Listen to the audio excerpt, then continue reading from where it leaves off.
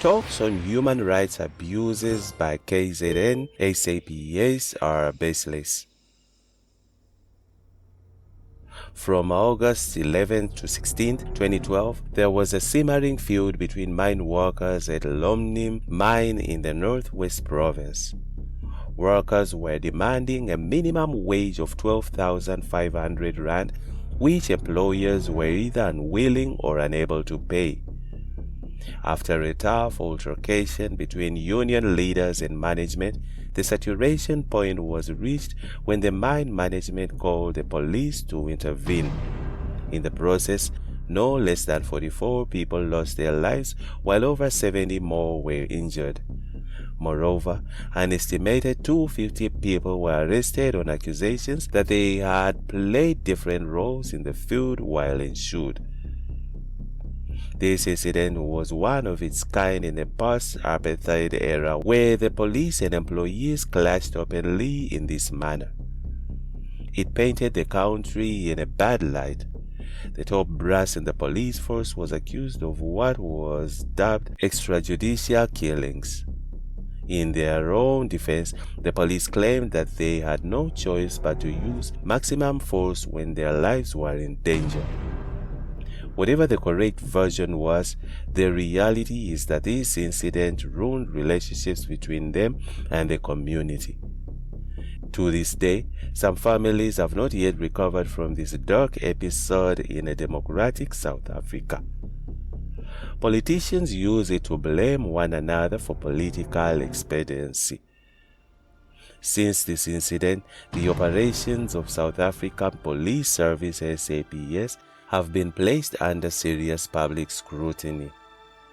Each time there is a report of police gunning down suspected criminals, the Marikana massacre is invoked, rightly or wrongly. This is the historical concept within which the increased number of incidents whereby SAPS members kill suspected criminals is being frowned upon in certain quarters, while being applauded by others who believe that the use of excessive force is warranted given the brutality of the criminals who kill innocent people unprovoked. Others cite crime statistics as the reason it is justifiable for the police to kill suspects. Weaknesses in the country's justice system, which leads to criminals walking free even after committing heinous crimes, are also used to justify these killings. The key question is, whose human rights matters? Do SAPS members have more rights than other citizens to use maximum force against criminals instead of arresting them, as should be the case? Do criminals have more rights than both SAPS members and members of the community, as though they have the license to kill innocent people so rampantly? Importantly, under what circumstances are human rights either respected or forfeited? These are some of the critical questions which should guide all those comments about the spate of SAPS killings of suspected criminals. Responses must be rational, not emotional. Since the beginning of April 2024, KZN SAPS shot and killed no less than 40 suspected criminals. This number adds to many more people killed before this date. Consequently, there is now a concern that KZN SAPS use a trigger-happy approach to policing. The shoot-to-kill practice seems to be gaining momentum in this province, and some are asking the questions why. Within this concept, the issue of human rights has been evoked by those who are opposed to what they call rampant killings, which are carried out by the police. They are silent about the killings that are carried out by criminals. Indeed, Chapter 2, Section 7, Subsection 1 of the Constitution of the Republic of South Africa states that this Bill of Rights is a cornerstone of democracy in South Africa. It enshrines the rights of all people in our country and affirms the democratic values of human dignity, equality, and freedom. Now, if the bill enshrines the rights of all the people, does this not include the rights of all SAPS members? Should they fold their arms when being attacked by criminals?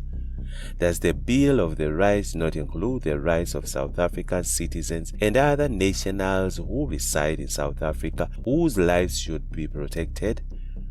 If the answer is in the affirmative, then blanket accusation against SAPS members in KZN is injustifiable. In any analysis, context matters. Each time the Minister of Police releases crime statistics, areas like Inanda and Umlazi in KZN top the list in terms of serious criminal activities. Secondly, in cases where the police kills criminals, they do so responding to attacks on them by the suspects. Another factor which leads to these killings is poor training of the police. Some tamper with evidence when they are at crime scene. By the time the case goes to court, judges find that there is insufficient evidence to enable them to prosecute suspects. They then set these suspects free. The latter tend to go back and commit more crime. Out of anger and frustration, SAPS members gun them down when they resist arrest. They do this to avoid having to arrest the same suspects several times, risking their own lives in the process. The call for an independent probe on the action of SAPS members in KZN comes from this context. But since the country already has the Independent Police Investigative Directorate (IPID), this calls for no basis. At the time when the country is experiencing financial challenges, another independent probe is unjustifiable. Instead, certain actions must be taken earnestly to address this issue of increased numbers of SAPS killing suspects. Firstly, SAPS must be capacitated.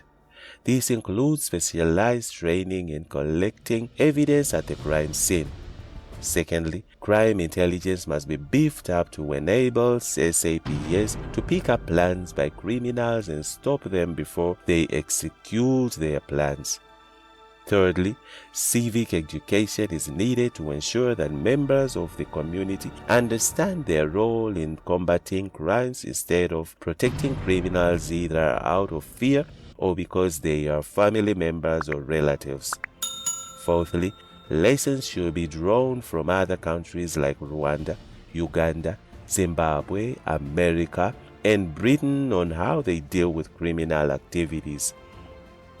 Fifthly and lastly, within South Africa, loopholes in existing structures such as IPID should be addressed urgently.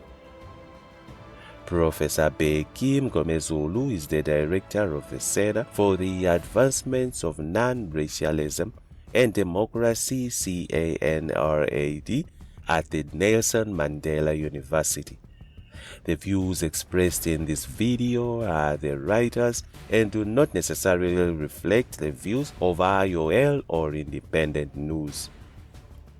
Professor Bheki Mngomezulu is the director of the Center for the Advancements of Non-Racialism and Democracy (CANRAD) at the Nelson Mandela University. The views expressed in this video are the writers and do not necessarily reflect the views of IOL or independent news. And that's it from Egypt's Network. Stay tuned to our celebrity and gossip news.